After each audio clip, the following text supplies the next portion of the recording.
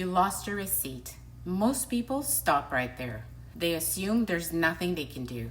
But in many cases, that's not true, because the receipt isn't always the only proof that you made the purchase. Here's what most retailers don't tell you. Most people walk into the store and say, "I lost my receipt. Can I still get a refund?"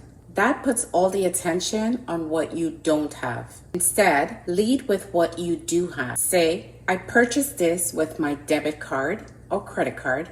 Could you please look up the transaction?" That's a completely different conversation. You're no longer asking them to solve a missing receipt problem. You're asking them to verify the purchase. Here's what most people aren't aware of.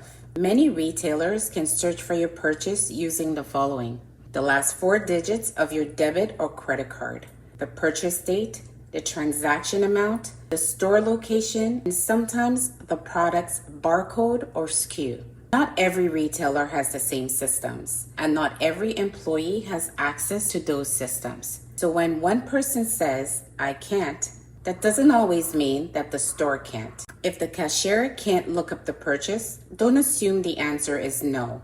Instead say, "I understand. However, could you connect me with someone who has the authority or system access to look up the transaction?" Notice what you're doing. You're not arguing. You're recognizing that different employees have different levels of access and authority. Sometimes the manager has tools the cashier doesn't. Sometimes they don't.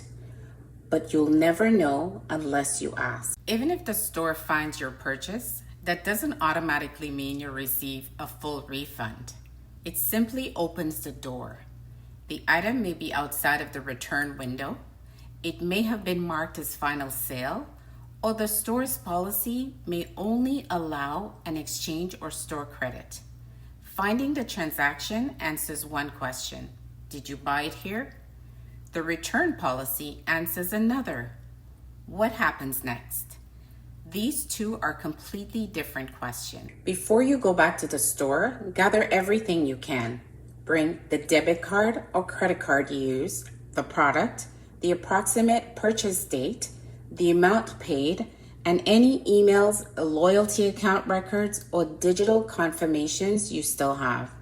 The easier you make the lookup, the easier you make the decision. Here's what's actually happening. Most people think the receipt creates the proof of purchase. It doesn't. The purchase already exists. The receipt is simply one way of finding it. Once you understand that, you stop asking, "Can I get a refund without the receipt?" And you start asking, "Can you verify my purchase?" That one shift changes the entire conversation. Losing your receipt doesn't always mean losing your options. Lead with what you have. Ask whether the purchase can be verified. Understand the store's return policy. And remember, different employees often have different levels of authority and system access. The people who get the best outcomes usually aren't the loudest. They're the most prepared. That's the human factor. And now you know what's actually happening and what to do about it.